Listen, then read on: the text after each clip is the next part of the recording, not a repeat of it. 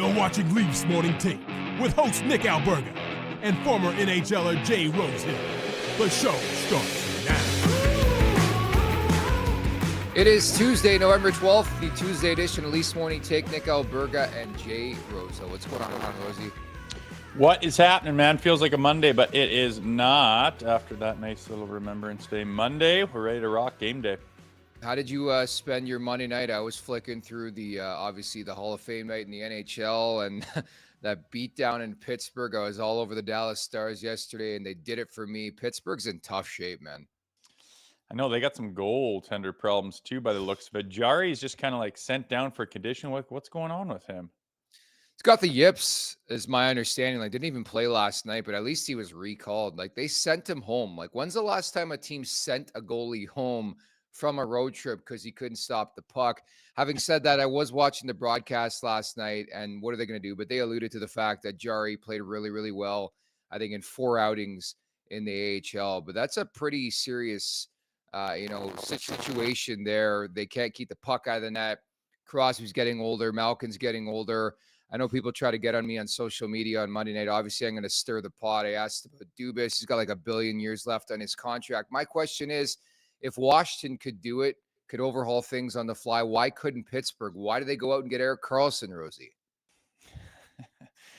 I don't know what's going on there, man. They made a decision to go with the old guard, and I was kind of happy they did, more for nostalgia than anything else. But there's certainly not enough left in the tank with those guys to get it done, or at least they don't have enough surrounding cast. And with goaltender issues, if you got a big issue in between the pipes, that's usually just a recipe for losing a lot of hockey games, regardless of what's going on in front of them.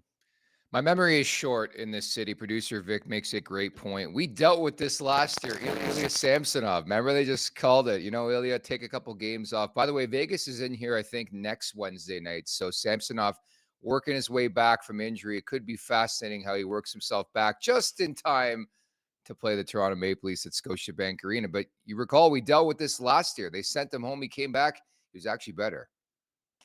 Yeah, Sammy, we talked about him a lot, man. He's got the capabilities, he's got the abilities, but the consistency just isn't there. And I don't think it's there in his form. As we talked to Hutz about what it was like with him sliding around the crease so much. It's not what you're looking for out of the goaltender from a X's and O's standpoint. But we will see if it'll be interesting to see him come into town if he plays. It kind of scares me knowing what guys have done against their former team in that building before.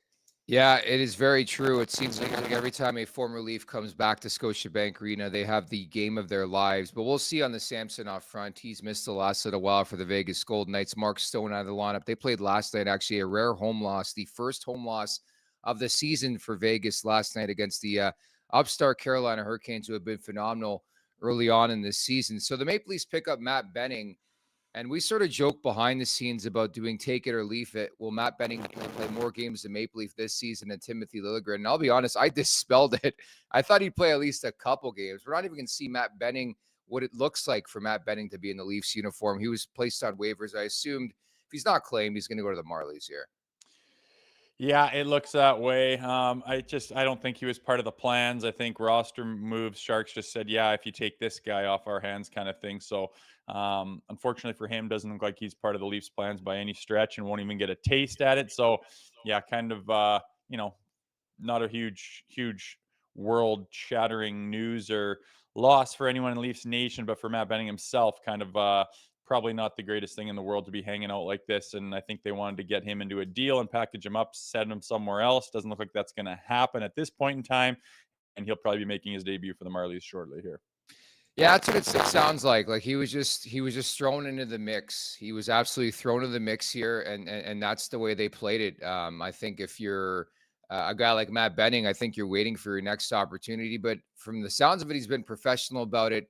But it sounds like San Jose's like, if you want to make this deal, we're throwing Benning into the equation. I think it made sense for the Maple Leafs at some point in time to place him on waivers. If he's claimed, they're happy. If not, then they're going to bury his contract. But I doubt he plays a game. I think there's just still a lot to figure out when it comes to this Leafs team. Obviously, with some of the injuries, they don't have to make decisions anytime soon here. I know I've been waiting patiently for this roster to get healthy and to see what we have when all our cards are in the deck, and it's just not not happening. And right now, with some of the rumors swirling around, I have a feeling that while we're live here, we'll get an idea of who's going tonight. But guys are getting banged up, and just when you think someone might get back into the lineup, they have a setback. Meanwhile, other guys are going down. Pacioretty looked ugly there on the ice, as we addressed yesterday, I believe, but hopefully not too long for Patches. But guys are kind of going down left, right, and center, and I guess we're not going to see for a little while this full roster in action. But that's hockey, man. That's what happens. Everyone's dealing with that, and you need to have some depth to take care of this problem and for guys to step up and be capable, so you're not going on a big slide. And thankfully, while their best player, Austin Matthews, has been out, they've done the exact opposite of going on a slide, and they've been hot as hell. Yep. Just wanted to add too, I know I'm having some static issues, so we're going to sort that out over the next couple of days. Apologies to those watching and listening right now. We'll try our best with the technical issues the last little while here. Make sure to tune into the night's edition of the Leafs Nation After Dark with Zach Phillips. Carter Hutton's going to drop by the show, the first Battle of Ontario. We're about to break that down here on Leafs Morning Take. Make sure to get those super chats in at the Leafs Nation 401 on YouTube. Hit that subscribe button, hit that like button. Leafs Morning Take, wherever you find your podcasts. And don't forget to visit theleafsnation.com. So, Rosie, a couple of lineup notes heading into the first Battle of Ontario. Alex Steeves called up on an emergency basis, 9 goals in 10 games so far for the Toronto Marlies. It remains to be seen what this roster, what this lineup is going to look like tonight. But I believe Craig Berube is going to speak very soon here. Yeah, it'll be interesting. And, I think that, we'll get Steves in there. By all accounts, he's lighting up the American League. And, when you're that guy, he's had some experience in the market. He's down there in the Marlies doing his thing and lighting it up. And lo and behold, some guys go down, getting sick, whatever the case is. They got some holes in the Maple Leafs roster. He's going to get a chance here. But what I like to see is, these guys that come up, the way they played in years past under Sheldon Keefe compared to the way they're playing under Craig Berube, I think it offers an opportunity for some of these guys to come up and keep it very simple, play north, work your absolute bag off. You don't have to be doing, reinventing the wheel and playing this, kind of unknown fly by the seat of your pants type of hockey. It's very obvious what needs to be done. And I think that if these guys, when they get this opportunity, if they come up and they play that heavy hockey, that north-south hockey, they get it deep, they chase it down, they move their bloody feet, they draw penalties, they go hard. Craig Berube is going to say, yep, that's what I'm looking for. And next time you need a shot or we need someone to come up, it's going to be you. So it's an opportunity for these guys to buy into the system. And I think it's easier to do so for these guys than ever before playing this style of Craig Berube hockey. Just some lineup news. Craig Berube confirming Nylander, Domi, and Connor Dewar all will play against the Ottawa Senators tonight. So Connor Dewar expected to make his season debut. Not much final on Alex Steeves. Could be just an emergency call-up, especially after Monday's practice where Nylander and Domi didn't go. But that is the latest, that Domi and Nylander will play in this game. And, of course, Connor Dewar, who has yet to play this season after off-season shoulder surgery, I believe, expected to make his debut. But we're still waiting to see a lot of these guys. Like, I'm very intrigued to see what Dewar brings to the table. Like, let's not forget, it would be his first chance to play for his new head coach, Craig Berube. Yeah, much of the same for Connor Dewar. We've kind of been watching him and how he can impact this team. And I think that when you're trying to play the way that Berube is trying to get the Maple Leafs to play right now, I think it's just a better setup for those kind of depth filler guys. I mean, Connor Dewar can do everything pretty well. He doesn't do one single thing phenomenally, but I think that that's what Craig Berube wants everyone to do, is just do everything well, have no holes in your game, clean up the defensive side, think more about, what you're not giving up than what you're trying to achieve. And if everyone's on the same page with that, the goals come and the offense comes and the ozone time comes. So a guy like Connor Dewar could get in the lineup, just throw the whole kitchen sink at every single shift by being absolutely smart, working your absolute bag off and doing all those tiny little things that Craig Berube didn't think the team had been doing in the past. And let's be honest, they weren't. They were Jekyll and Hyde. They were very inconsistent. They could win a game by scoring a ton of goals, but you have to outscore your mistakes, which they made plenty of them. And it just wasn't conducive to playing consistent hockey. And I think that What they've showed us so far is they're learning how to do that. And when they do it, they play very good hockey. They can still get points on the board. As you can see, the guys are scoring in bunches, but you keep the puck out of your net, you limit the odd man chances, you limit the turnovers, you limit those big gaping holes that end up in the back of your net. And a guy like Connor Dewar coming in, getting his season debut here, I think it's an opportunity for him to show that, hey, I'm one of those guys that is absolutely designed to buy into this system, and he's got a chance to prove it tonight. Curious what the lines look like moving into this Battle of Ontario here. Do you expect any repercussions, any animosity stemming over from February 10th, if you can believe it? We're almost at a year, like what, 10 months here since the infamous Ridley Grigg game with Morgan Riley going toe to toe. Do you expect anything, any fallout from that? I know they played in the preseason already, too. Yeah, I don't. I mean, biggest thing would be like a little scrum if there's a chance to kind of get your hands a little high in his face and kind of let him know that you remember him. But no, other than that, I do not think there's any retribution or accountability or anything that needs to be done. I mean, he took a wind up clapper to the empty net like a doughhead, and Morgan Riley basically cross checked him in the bloody side of the face and took care of business pretty quick and got a healthy suspension for it. So, as far as I'm concerned, all that is water under the bridge. It's been dealt with. I don't expect anything to come of it. Do you? I don't know. Probably not. Producer Vic makes a good point in the chat. I guess Holmberg ran into Grigg in the preseason, so maybe there's something. We still haven't seen Ryan Reeves' first fight of the season, albeit he fought in the preseason, if you recall. But I think Ottawa will be a hungry team. Let's not forget last year they had their way with the Maple Leafs, winning 3 or 4 outings. Travis Green, the former Maple Leafs head coach, now the head coach, or excuse me, former Maple Leaf, now the head coach of the Ottawa Senators. So, like, there's reason for the Ottawa Senators to be fired up. This is a team they have to beat. And I think from the Maple Leafs perspective, they have to be ready for that type of fight, that type of jam from the Ottawa Senators in this game.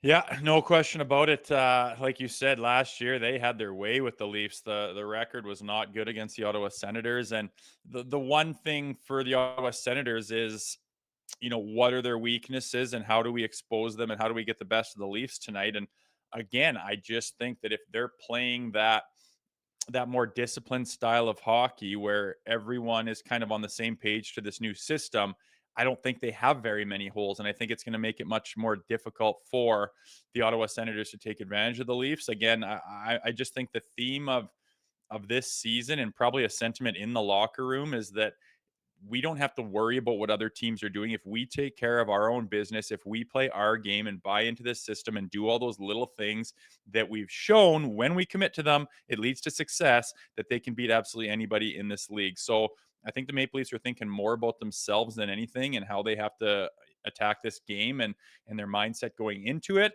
But, they have some retribution to these Sens players from last year. Like you said, did not have a good record against them. I think they want to start off on the right foot and flip that narrative for this season. I think consistency certainly is the name of the game when you come to the Maple Leafs and how they want to come out on a nightly basis, regardless of the opponent. I think they handled business pretty well over the weekend against Detroit and the Montreal Canadiens. Of note, again, 38-19-2 all time without Austin Matthews. They're 7-2 at home. We talked about this a bit yesterday, the need, the urgency to play well within your division. And so far, it's been a really good story. Like, that stood out for me. They're 4-1-1 against the Atlantic, but also like the success on home ice. We've talked about it a lot over 2+ years working together, is trying to establish like a home ice identity. And so far, I think they have. They've been pretty good at Scotiabank Arena, regardless of it sounding like a funeral home most nights. Yeah, same old in that sense, but they are playing well on home ice. I think they're playing well in general, but their home record certainly is really good. And if you want to climb your way up the standings and get home ice advantage, if you have a really stellar home record, then that's what you want to go. It's what you want to do. You want to get the first 2 games at home and try to get a stranglehold on a series, and you want to get that deciding game if it goes to 7 to be on home ice where you're comfortable and where you have success. So there's certainly little things like that to play for, and it's just nice that they are starting to trend in the direction of playing really well at home. The power play has been a big story, clearly without Austin Matthews, but 7 for the past 13. And Matthews is not going to play in this game. Now they're saying Saturday. I don't know what's going on there, but we talked about this last week. They're there shouldn't be any urgency. Get the guy right. I mean, not to say these games are meaningless. We know this team's going to make the Stanley Cup playoffs. I want Matthews at his best. They did bring back the fact that this is something he's been dealing with all the way back in training camp. If you recall, missed a couple games, missed a couple practices. So now it sounds like Saturday could be the return date for Austin Matthews. But that's been the massive story since he left the lineup 3 games ago. Yeah, they've won all 3 games, but more so the power play finally clicking for the first time this season. It makes absolutely no sense, Rosie. I know. I'm just excited, I guess, and anticipating his return. Which, when that is, I don't really care. It's November, and the team is playing phenomenally without him. So it's not like they have any reason to push the envelope or try to rush him along. I would make sure that he has a couple of days of feeling 100% where I don't really even feel this nagging injury anymore. It's healed. I've taken care of it. I've given it time. I've been doing all the stuff in the training room that's required to get an injury to feel better. And once that happens and he comes back, I'm just really anticipating what that looks like. And if that power play, like the first look at it, there'll kind of be some tension. Like, is this gonna, are we gonna get our looks? Are we gonna get our entries? Are we gonna, obviously they don't want to change anything, and they have simplified it, and that's brought them success from the horrid start that they had on with the extra man advantage. We will see. There's absolute, I'm not even going to the point of will Austin Matthews being on the power play make it worse. It's too ridiculous to say, but I'm interested to see how it looks and how it goes, and just mentally how these guys can wrap their heads around continuing on the success that they've had while adding their best player. It should be an automatic thing, but again, this team does some silly stuff sometimes, so I'm kind of anticipating that return. Yanni Hockenpah, it sounds like he's getting closer and closer. They said yesterday, I guess Brad Treliving spoke for some reason, addressed the Max Pacioretty injury, saying it's going to be weeks. Austin Matthews as well, but he said that Hockenpah and his knee still needs final clearance, but touch wood, everything seems to be moving in the right direction, man. I don't know what the hell that means. Yeah, it kind of shows me that everyone's kind of hesitant and worried about, like, how serious is this? And after all the time he's taken off, like since March, you'd think he'd be getting treatment the whole time. How is a young man's knee like not healed by now? And it sounds like there's kind of some wavering on, yeah, we just hope, like, touch wood, they're not going to have a big setback. But I really think it's do or die for Yanni Hockenpah as far as getting in there and just staying healthy. Like, there, you took all the time in the world. Your knee's better. Your knee's healthy. You're at 100%. Now let's go on, and you can put that chapter behind you.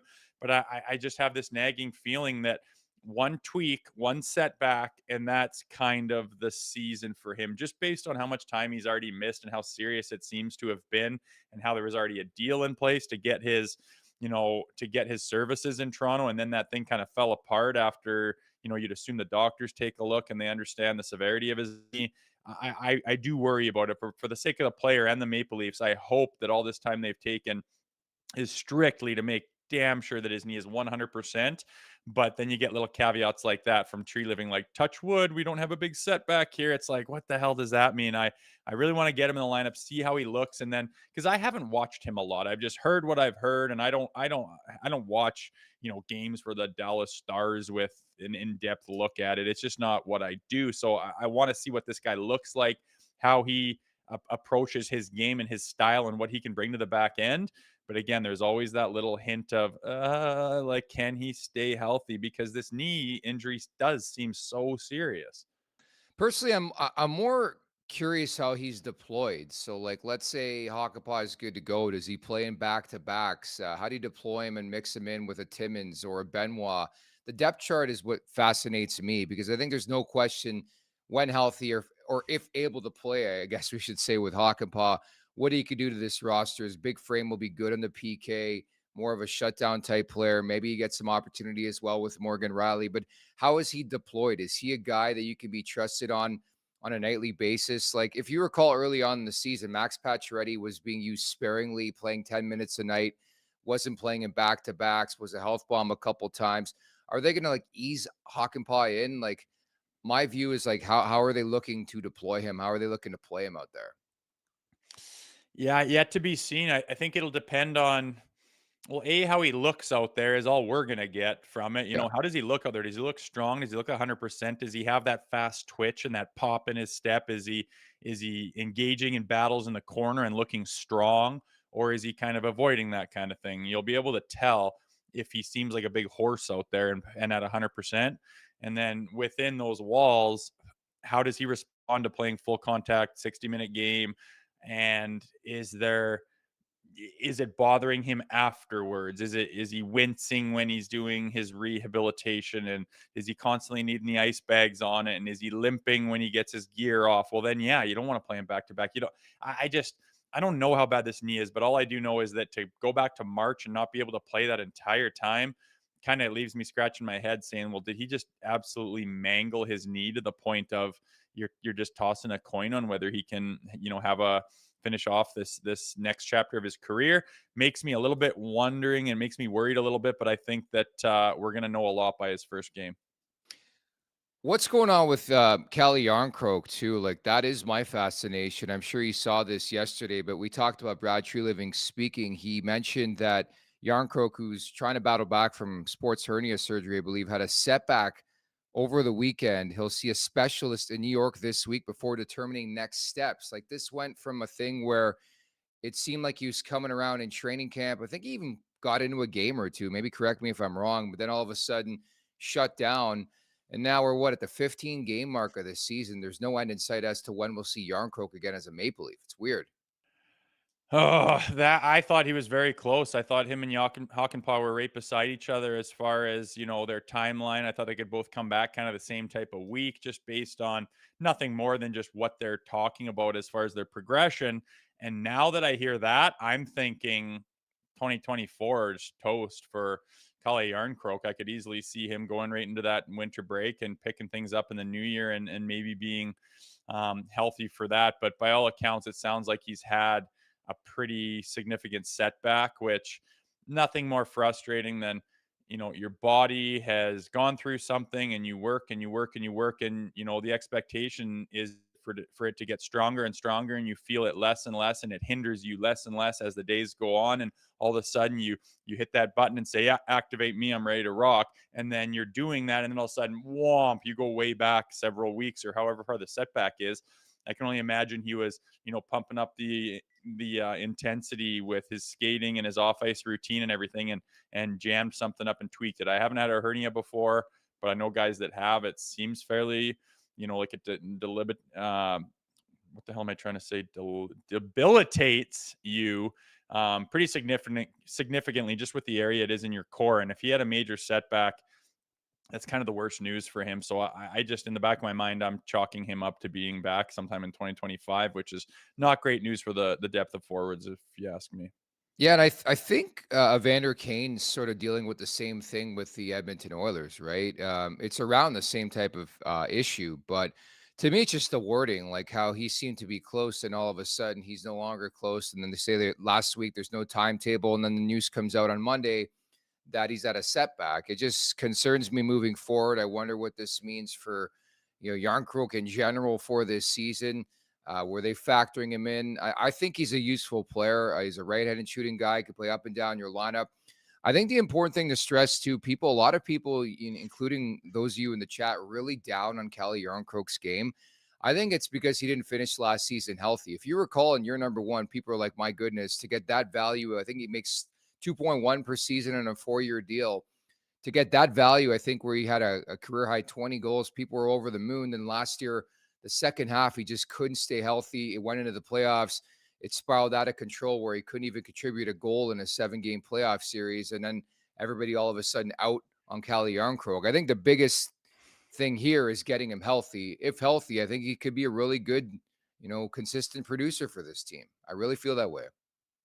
Yeah, I think there's some recency bias with what you last remember thinking about him. And by all accounts, it sounds like he probably was injured with something, like I said, is pretty debilitating when you have one of Yeah. those hernias. It's right in above that groin area where it's kind of in your midsection around your core. And every single movement, if your upper body's handling a puck, if you're absorbing a body check, your lower body's skating, stopping and starting, all like it's just I can imagine it would just be so hard to be effective in the National Hockey League battling something like that. And it must have been done significantly, because look how much time he's had to heal it.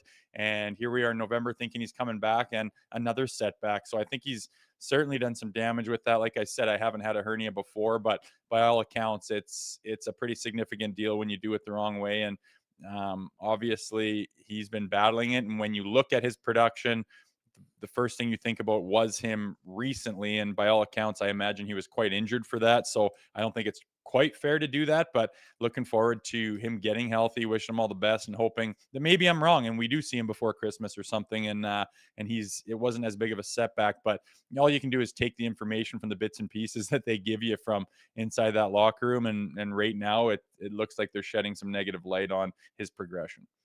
At the Leafs Nation 401, hit that subscribe button, hit that like button. Any way you slice it, Rosie, I think this is another big moment for Nick Robertson, who has 1 goal in 14 games, telling the media earlier today, I don't have a good relationship with the puck right now, smiles, but I'm happy with my game, finding ways to be confident without scoring. I will say he was really good, effective over the weekend, got the belt on Friday, scored a disallowed goal, like baby steps, I guess, but he's had a lot of opportunities. They just need Robertson to start scoring some goals, especially now.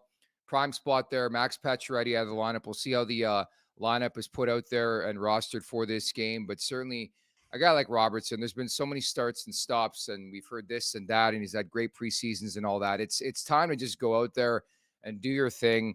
I think if anything, the Pacioretty injury, among other things, has bid a guy like Robertson a bit more time to figure this out. But he's got to start scoring here soon.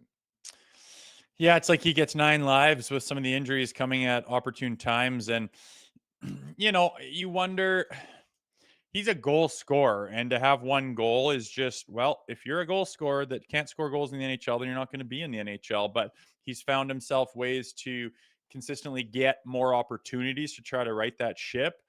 And he obviously knows it to a point where he says, I don't have the best relationship with the puck right now.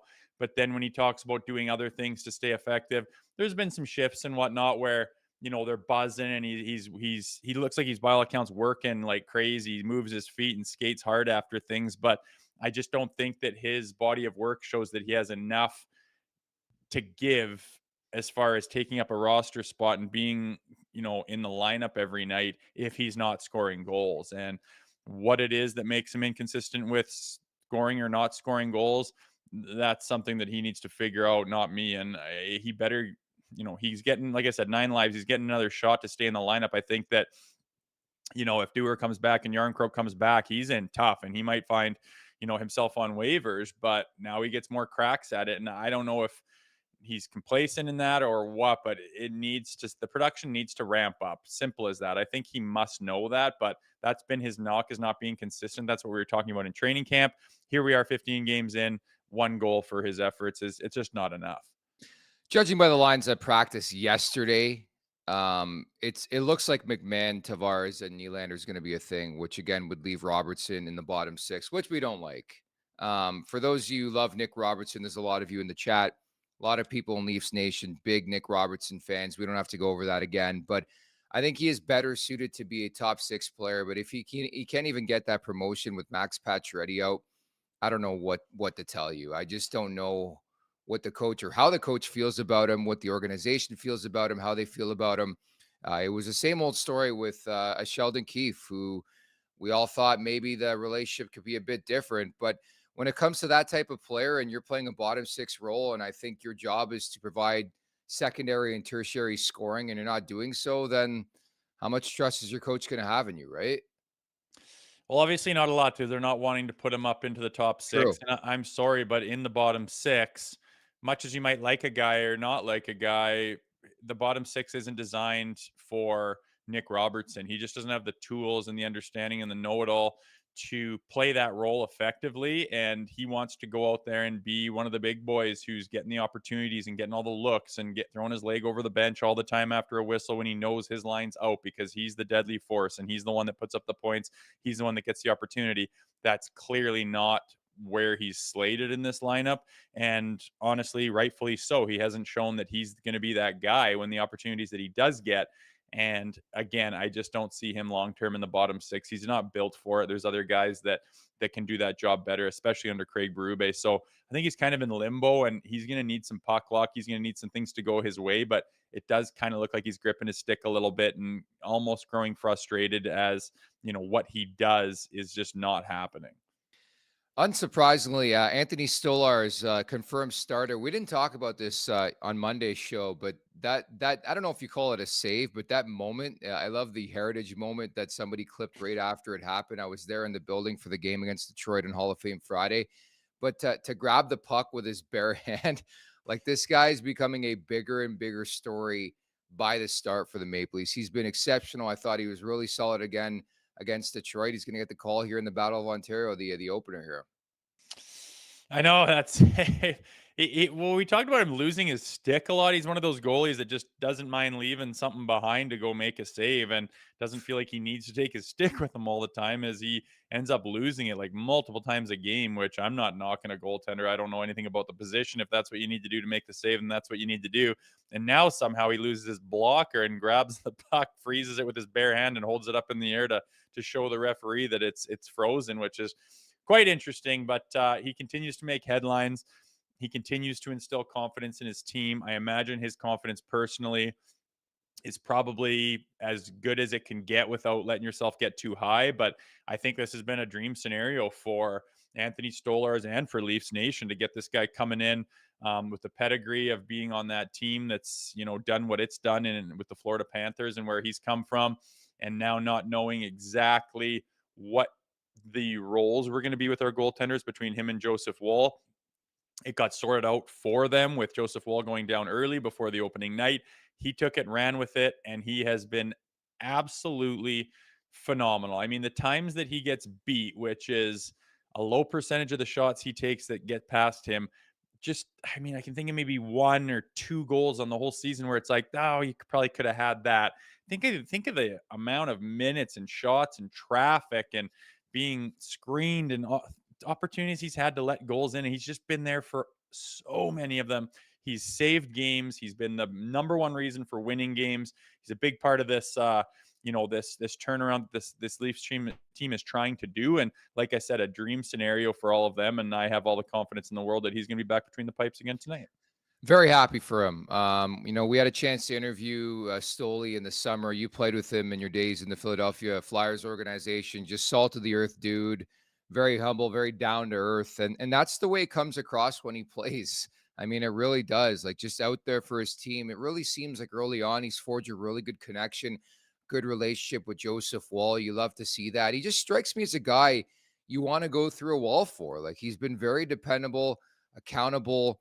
I think it certainly helps. I mean, I know it's cliche, but it comes from winning a Stanley Cup, playing with a legend like Sergei Bobrovsky, playing it within a good system like the Florida Panthers, an excellent coach and Paul Maurice. I can't, state that and, not stated enough, just the importance to that. But he's been, it's a rare story about a guy now in his 30s that has really, really found his game and that confidence, most importantly.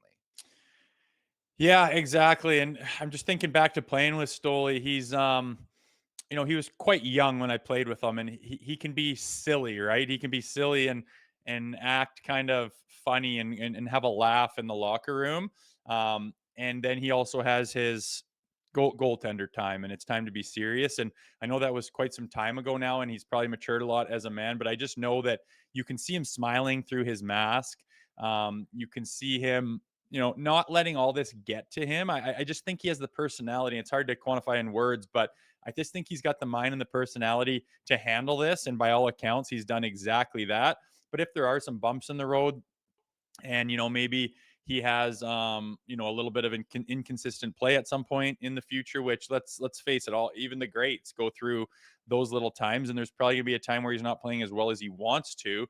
And I think he's got the mind to handle that just fine. To instead of make it, a slump, he can make it just a bump in the road. And I just like everything about, like you said, when we interview him, he's down to earth. He's got his head on his shoulders. I know he can be, aloof and silly and tell a joke, and all the guys around the locker room like him and want him on your team. Like there's nothing about him that's a turnoff in any way, shape, or form. And that's, got an exclamation point behind it after his play so far this season. So by all accounts, things are going great for Anthony Stolarz in Toronto. At the Leafs Nation 401, hit that subscribe button, hit that like button. Asim writes in your guys' opinion, what should the Leafs look to add as of right now? Obviously, the trade deadline still months away. I was actually looking at this last night because I really feel, maybe you feel differently, like this team could benefit from adding a center. And I look specifically at Seattle. There's two guys who really, really stand out for me. Number one is Chris Tanev's brother, Brandon, who's in a contract year. And then Yanni Gord, who played all those years for the Tampa Bay Lightning, also in a contract year. A lot of this will depend on Seattle if they fall out of things. I think they're a middling team. I don't think they're a good team. I think they'll have some decisions to be made, but that's probably where it would look ultimately is like a third line center who can grind it up and fits into the system because I'm pretty sure a guy like Michael Granlund's name is going to be linked to the Maple Leafs some point in time, having a good year for San Jose. I don't think he fits the mold. He's more of like a softer type player. He's not a guy I want in a playoff game. Like I know the points are there and people get all horned up when they see points and production. I don't buy that. I'd look more at a grinding type like a Tanev or like a Gord to complement this roster. Yeah, I would have to agree with you. A guy that fits the direction that Craig Berube is trying to get this team to, and if he gets it to where he wants it, it's going to be a pretty heavy grinding team. It's going to be, I think, kind of modeled quite similarly as much as you can towards the Florida Panthers have looked like for quite a few seasons now. And you've got that complemented with your high end talent in your Marner, Nylander, and Matthews and Tavares to an extent as well, who's playing above expectations as well. But yeah, when Austin Matthews went down and you look at that center position, all of a sudden, woo, it really kind of glares its head on the lack of depth there. So to add a piece of that and to get everybody healthy and then to go down your lineup all the way down to that third line and be pretty confident in what you have and have some pretty solid names there. I think, yeah, that one missing piece is probably that 3C that they need, and you can spread everyone else out and it looks just a lot fuller and a lot more robust because it's a little bit lean right now. So if they are going to address that, I would think that's where they would head. As far as the back end, where I think you could probably think about looking around there, but it's got to do with Yanni Hakanpää. Depends how he does when he comes in. If he comes in and he's 100% and he's a monster in there, I think you'd lean towards that depth forwards a little bit more. What's your level of concern? Some of the wording coming out of practice today, I believe Craig Berube saying it's just not getting to where it needs to be, and that's regarding Austin Matthews. Do you think there's any concern or cause for concern here, considering we thought, a lot of people had identified this game against Ottawa. He had skated over the weekend, now not really skating again. Like, what the hell is going on? Yeah, tough to say with the wording. It makes me feel like, the progression just isn't there. Like with a minor injury, you'd like it to feel, a percentage points better every single day, right? You do your things throughout the day, you're icing down at night and doing the things you need to do, and then you wake up and I think I feel it a little bit less than I did yesterday morning, and do that routine again. And it's coming. Oh yeah, your range of motion is getting there, and it doesn't hurt when you do this anymore. And that was kind of making you feel some pain 2 days ago, and every day is a little bit better. And then all of a sudden, 5 days later, ready to rock. Feels 100%. I don't feel it anymore. It's gone. And that's obviously not happening with Austin Matthews right now. I don't think the alarm bells need to be rung yet, because it very well could be that it's just a little bit slower than we thought. We were hoping that you'd have 10% better every day, 15% better every day, and it's just not happening at that rate. So continue with what you're doing. As long as you're heading in the right direction, all you can do is keep doing the things you're doing that make it progress a little bit. And I just feel like the progression isn't as fast as they had hoped based on what they tell you. But again, we're not in there. We can't talk. Maybe there's more going on they're not telling us. It just seems like they're being fairly upfront and honest about it, and it's just not quite going as quickly as possible. And like we said, to play as well as they're playing without him, why rush him? They're going to get the questions. Is he in on Tuesday? Is he in on Tuesday? Well, he's not. It's just not quite going like we thought. No big deal. The team's kicking ass without him right now. So we're just going to do everything we can to make sure he is 100%. And that would entail taking more time because it's not necessary to shove him back in there if he's not completely ready. I mean, that makes sense to me, but until we get more information, that's where I think it's at. Exactly. The full quote from Craig Berube asked if any setback. He said, "Not really. It's just not getting to where it needs to get to. So we're just trying to manage it, just trying to make sure when he comes back, he's good and 100%." I think it's a good way to look at it. I think, to your point, it obviously helps. This team is playing excellent. They're 7 for 13 on the power play. They're 3-0 without him. So as long as they continue to win or play some effective hockey, then I think you keep him out as long as you need to. Like, you have to have big picture in mind with this team. I mean, obviously, don't want to count your chickens before they hatch, but the fact that this team has been a consistency to make the Stanley Cup playoffs, I don't expect that to be any different. I think the long game's got to be in mind, and that's the postseason, getting Matthews right there. Yeah, 100%. And again, the big thing with me is like, look how bad their power play was. And then that this instantaneous turnaround the second he leaves the lineup. I think a lot of that is just kind of coincidence as much as anything else. But when you make people, give you an opinion on why is that when Austin Matthews leaves, this power play turns a complete 180. And the overwhelming majority of opinions, if anyone does have one, is that, well, they're not, they don't have that big magnet of that 69 goal scorer right there where they feel like they got to run it through him nonstop and get him the puck, and everyone can kind of feel that, and the defense can read that. Give them more time at doing what they're doing, which has brought them success, so that when he does come back, hey, Austin, we're already in a groove here. Just hop in. You know what to do. We're going to keep doing what we're doing, and the puck's going to find its way on your stick too, and you're going to do what you do with it, and nothing has to change when he gets back. And the longer that they keep having success doing what they're doing right now, the easier that transition to get Austin back will be. And hopefully they pick up right where they left off, and they can kind of blast off with this power play, as they should have that as a weapon on their arsenal. And it has not been the case up until a few games ago. It has not, but as we talked about on Monday's show, going from like 32nd in the league to around like 12th is pretty damn good in a small amount of time. It just shows you how potent this power play can be. So Maple Leafs, it's the Senators, round one of the Battle of Ontario. You've played in this battle, if you want to call it that. It's a lot different than the early 2000s, that's for sure. But did the game feel different for you at all when you guys played Ottawa as opposed to any other team, Rosie? Not really. I mean, it's different Montreal, it's different Boston, but I just think timing is huge, and rivalries kind of ebb and flow. And when you know Ottawa's not really in a place to be a contender right now, and Toronto is, so therefore there's that lopsidedness. If they were up there at the top of the Atlantic and they're battling for home ice and for position and who you're going to play in the playoffs and whatnot, it would be a much bigger deal, just because they're both, geographically they're close to each other. But I've just never really, and during my era, it was, neither of the teams are right there battling for cup contention. So I think that if the circumstances are different, that rivalry, goes up considerably. But right now, I don't think it feels a whole lot different than when they play other teams. It's a team that they want to beat. They know they got their number last year. It's within the division. It's within the province. That's all great and dandy. But it doesn't stick out as this. Oh my goodness, are they ever going to be ready for this one? It's the Senators. It just doesn't ring true to me. Yeah, I think we're all waiting for like that milestone, that marquee moment where it really turns the Battle of Ontario back the clock, if you will. And maybe we thought it happened last February with the whole Grigg and Riley thing, but to our conversation earlier on, our expectations are mild when it comes to retribution being there. Maybe we see Ryan Reeves' first fight of the season, but that's a long ass time ago. Ottawa had a different coach.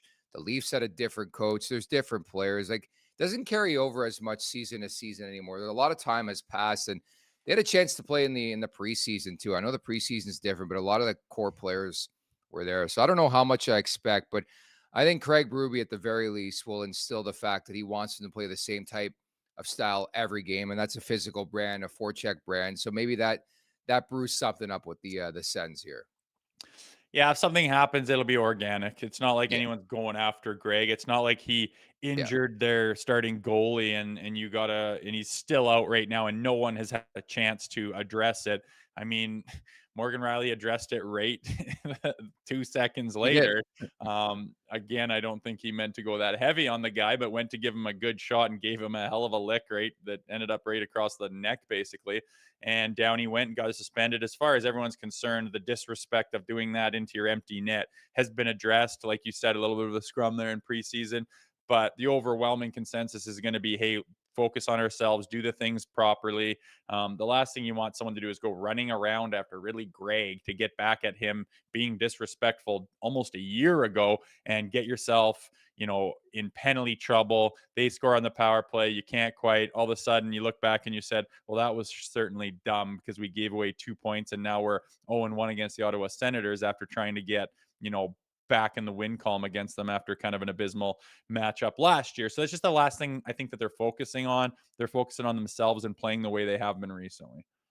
It's time for the last call, brought to you by Bet365. Open an account with Bet365 today and bet on a huge range of markets, whatever the moment. It's never ordinary at Bet365. Use code NATION, all in uppercase today. So it's the Leafs and the Senators, round one of the Battle of Ontario. For those of you who've been watching this show since day one, unfortunately, the one bet we like to play in the Battle of Ontario, one of the initial guests of this show, Claude Giroux, owns the Toronto Maple Leafs, Rosie. He has 52 points in 49 games. I'll be playing probably the point prop for him. If I want to go bigger, maybe the anytime goal. But from the Maple Leafs perspective, I expect a low scoring type game where I think they're going to continue to try and grind their opponents. So maybe the under, I think, would play as well in this one.